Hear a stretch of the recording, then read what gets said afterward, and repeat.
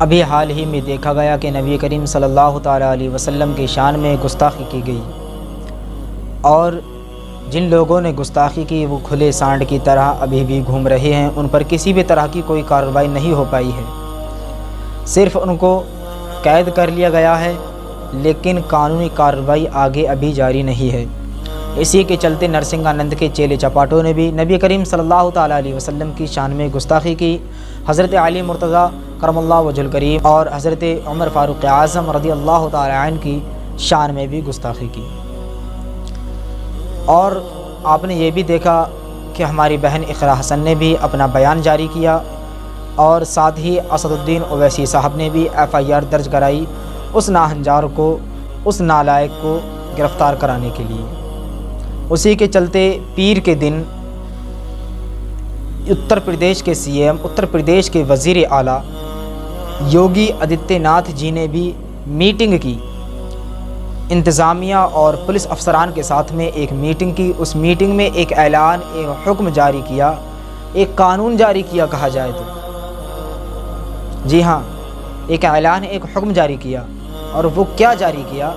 وہ یہ کہا کہ کسی بھی دھرم کو، کسی بھی مذہب کو برا بھلا نہیں کہا جائے گا، اگر کوئی کہتا ہے تو برداشت نہیں کیا جائے گا، اور کسی بھی دھرم، کسی بھی مذہب کے عظیم شخصیات کو، کسی بھی مذہب کی بڑی بڑی شخصیتوں کو، ہستیوں کو برا بھلا نہیں کہا جائے گا، اور نہ ہی فرقہ وارانہ باتوں پر، عقیدوں پر اس دیش میں ہنسا پھیلانے کی ضرورت ہے، اور نہ ہی سادھوؤں کو، دیوی دیوتاؤں کو برا بھلا کہا جائے گا۔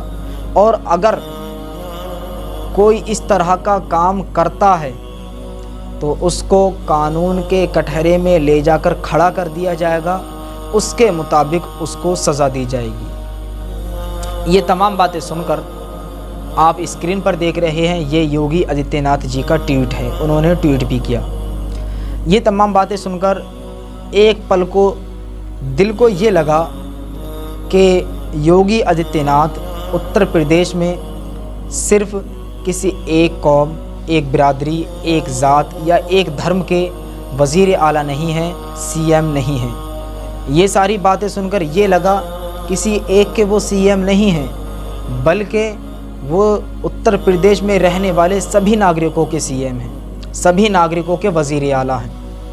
لیکن وہیں اگر دوسری طرف ہم دیکھتے ہیں کہ یوگی آدتیہ ناتھ جی بلڈوزر چلانے میں کسی بھی مکان، کسی بھی گھر پر، کسی بھی مسجد، کسی بھی جگہ، کسی بھی بستی میں بلڈوزر چلانے میں منٹوں سیکنڈوں کا ٹائم نہیں لگاتے، پل بھر میں اس پر بلڈوزر چلا دی جاتی ہے اور اس جگہ کو خاک میں ملا دیا جاتا ہے۔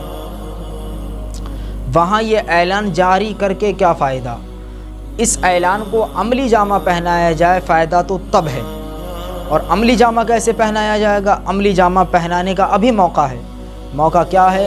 کہ جو آپ نے حکم جاری کیا ہے، اگر اس حکم کے تحت دیکھا جائے تو نرسنگانند اور اس کے چیلے چپاٹوں نے نبی کریم صلی اللہ تعالیٰ علیہ وسلم کی شان میں گستاخی کی، اور اسلام دھرم کے عظیم شخصیات کے بارے میں بھی گستاخی کی، اور ان پر اس کے چلتے ہوئے سخت کارروائی ہونی چاہیے۔